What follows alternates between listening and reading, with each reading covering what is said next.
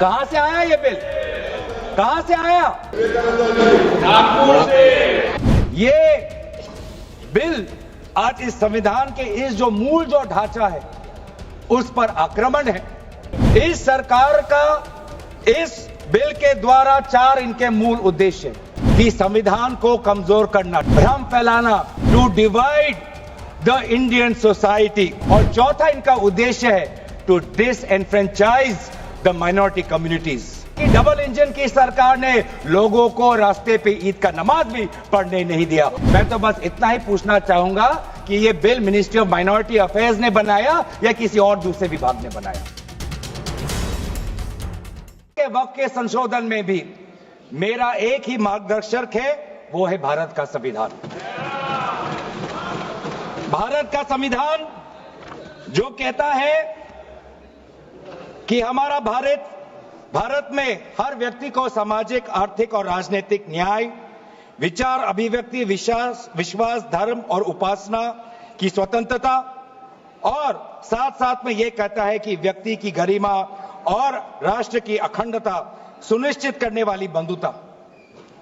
ये बिल आज इस संविधान के इस जो मूल जो ढांचा है उस पर आक्रमण है, और इनकी जो पूरा जो भाषण था वो हमारे संविधान के इस मौलिक अधिकार पर, हमारे संघीय ढांचे पर एक आक्रमण था।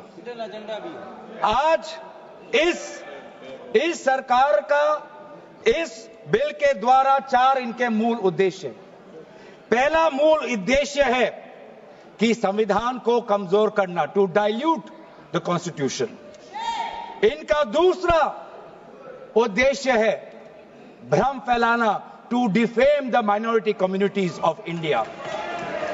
इनका तीसरा उद्देश्य है to divide the Indian society. हमेशा हमारे बीच में एक लिटिगेशन चलता रहे, मसला और बढ़ता जाए, ये उनका उद्देश्य है। और चौथा इनका उद्देश्य डाइल्यूट, डिफेम, डिवाइड, और चौथा इनका उद्देश्य है to disenfranchise the minority communities. आज माइनॉरिटी कम्युनिटीज के प्रति अपनी संवेदना जता रहे हैं। सर, कुछ हफ्ते पहले देश में विभिन्न जगहों में लोगों ने ईद की शुभकामनाएं एक दूसरे को दी, और क्या आपको पता है कहां इनकी डबल इंजन की सरकार ने लोगों को रास्ते पे ईद का नमाज भी पढ़ने नहीं दिया। और ये बात करेंगे आप अल्पसंख्यकों के प्रति अपनी संवेदना जताते हैं। मैं पूछना चाहता हूं कि आपके लोकसभा में कितने एमपीज अल्पसंख्यक हैं? पहले उसका विवरण दीजिए और फिर हमें बताइए कि आपके दिल में कितना संवेदना है। सर, मेरा तो मैंने जिस दिन भी ये बिल इंट्रोड्यूस हुआ उस दिन भी आदरणीय मंत्री को मैंने सुना, और आज भी मैंने उनको सुना।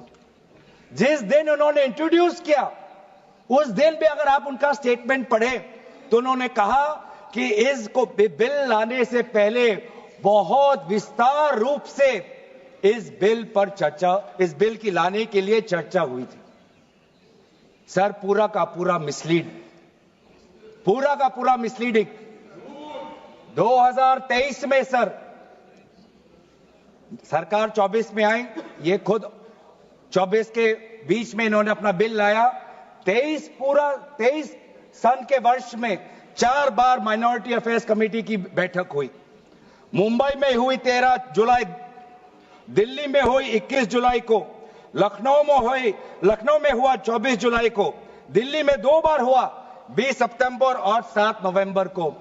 मैं आदरणीय सरकार से दरखास्त करूंगा कि इन 5 सरकारी जो मीटिंग हुई मिनिस्ट्री ऑफ माइनॉरिटी अफेयर्स का, उनका मिनट्स टेबल पे रखे।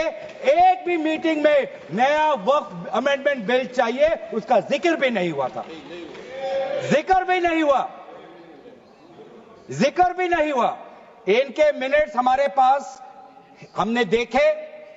जितने भी बार ministry of minority affairs meeting हुई, सब में वापसी पोर्टल को लेकर और विचार विमर्श हुआ था, लेकिन एक भी मीटिंग के माइन्यूट्स में एक भी स्टेटमेंट नहीं है कि हमें एक नया वक्फ अमेंडमेंट बिल चाहिए। तो मैं तो यही पूछना चाहता हूं कि अगर नवंबर 2023 तक मिनिस्ट्री ऑफ माइनॉरिटी अफेयर्स ने यह वाजे भी नहीं समझा कि नया एक बिल लाने की जरूरत है, मैं तो बस इतना ही पूछना चाहूंगा कि यह bill ministry of minority affairs ने बनाया या किसी और दूसरे विभाग ने बनाया? कहां से आया यह बिल? कहां से आया? सर, ये